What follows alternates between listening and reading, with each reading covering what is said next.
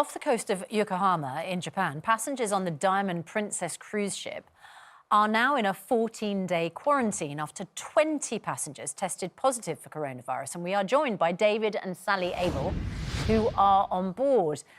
Very good morning to you. David, so you say that it's less like a cruise now and more like a prison ship.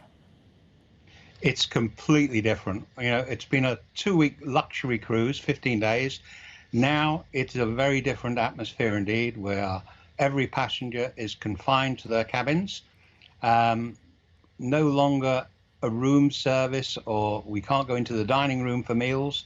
So we have very little choice. Yeah, the whole thing has changed totally. Sally, how many days into the cruise had you been before they suddenly turned round and said, we're going to have to go into quarantine? And how did they break that news to you?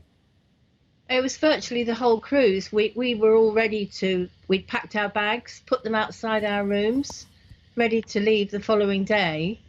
And then when we got back from dinner, the cases were back in the room, and an announcement was made that they were bringing on people from the Japanese Health Authority to go right through the entire ship overnight and to check on everybody. And 130 people were actually given a blood test to find out if they had the virus, and 10 were positive. And this all comes because there was an 80-year-old passenger who'd been on the cruise who tested positive after he arrived home in Hong Kong. And as you say, then everybody has to go into quarantine. We now know that 20 have tested positive. Now, you're on that cruise ship.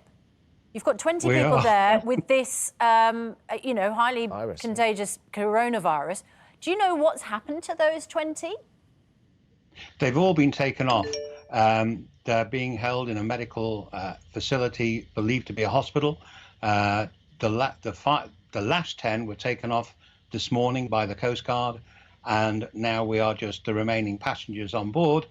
And we've had no health checks, not since we arrived in Yokohama a day early to go through those medical facilities, and we've had nothing since. Well, the overnight one we had. Yeah, we've had nothing since. So we don't know if the virus is still on board the ship. Not a clue. And we're not really getting a great deal of information. We're finding out more from social media than we are from the actual ship itself. And so you're saying you haven't had any health checks, so they were only testing people who were showing symptoms. Is that the case? No, it's a little bit difficult to explain. The whole ship was tested. And I think from that, so for us, it was a temperature check through the air and 3 questions, and that was it. Those who were showing a fever, they had samples taken, and it took 5 hours to get those results back. That resulted in 10 passengers being taken off the ship with the virus. Since then, another 10 have been taken off today. You are, David, you're diabetic, aren't you? And obviously had a set amount of medication. But fortunately, because you stayed on the ship for longer, you brought spare with you. How have you been feeling, and how has Sally been feeling? Yesterday was very difficult because we didn't get breakfast until midday. So we hadn't eaten for 16, 17 hours. That was a major concern for me. So I couldn't take my insulin. If I did, I would be comatized, most likely. So that was a major problem. It's now been resolved. We are getting meals regularly. We're getting glasses of water given to us regularly. We only get 1 hot drink a day. I'd love to have more than that, but that's it. We do have a kettle, but we don't have much to make with the kettle. No, quite. We've got no coffee, no tea. But I bought tea bags. Sally, fortunately, you have a cabin with a balcony, don't you? So the 2 of you can go and sit on the balcony, get some fresh air. But there's a lot of passengers that have internal cabins. So are they assuming they can't get any fresh air at all because they're stuck in their cabins? Right. Well, what you've got to appreciate, when they're stuck in their cabin, they've got no natural light and they've got no fresh air at all. And they're not allowed to walk outside down the corridor. So it's total confinement. But today, the captain announced that those passengers that are confined would be allowed on deck. They would be supplied with face masks and they could walk around to get exercise and fresh air for a very brief period of time. And have they told you what the risk? I mean, you know, you had 10 passengers in the first instance, then you had another 10. They told you what the risk is to you? No, they haven't. And that now is becoming my concern. Yeah. What is going to happen to us? Are we going to be tested again? Yeah. Is the 14-day period going to be extended from today? When we get back to the UK, will we be going into a further quarantine? We have not got answers to those questions. I wonder, Sally, because you were on a luxury cruise that was supposed to be a lovely break for the two of you. It's going on, and as David said, you've got lots and lots of questions. How are you keeping your spirits up? Well, I'm doing a lot of sleeping, I must admit. When I have a minute, I just lay down and I have a couple of hours.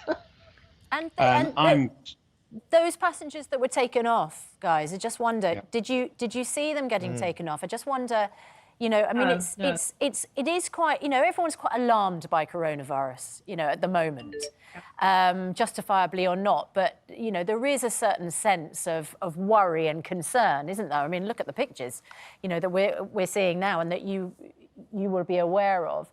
Were they worried? Do you know those passengers? We've had no access to the passengers. That is the worrying factor, that if we go on the balcony, we can talk to our next door neighbours, but we've got no access to the passengers on the ship until today. And what I've done is started a Facebook group private to the passengers of this ship, so we can support, encourage each other, help each other out where we can. Some of the passengers are very elderly, even older than us, and one guy on his own in his 80s, not very good on the computer and so on. So at least we can be in touch on the ship's telephone system and help them. So that has started today and is now really kicking in. And I've got another passenger called Siobhan who is moderating that group for me. So yeah, I'm keeping very busy on the internet, talking to reporters and so on. That's what is keeping me occupied. Well, it sounds like it's a good thing that you are as well, because it seems like you're offering more support to the passengers than perhaps the staff on the ship are offering. Did you know, or do you know, any of the people that have been infected, or of any of the people that you have met on the ship? Are they saying that they're feeling unwell? No, we haven't had anybody say that they're unwell, and we didn't know any of the 20. The names haven't been divulged, only the countries that they've come from.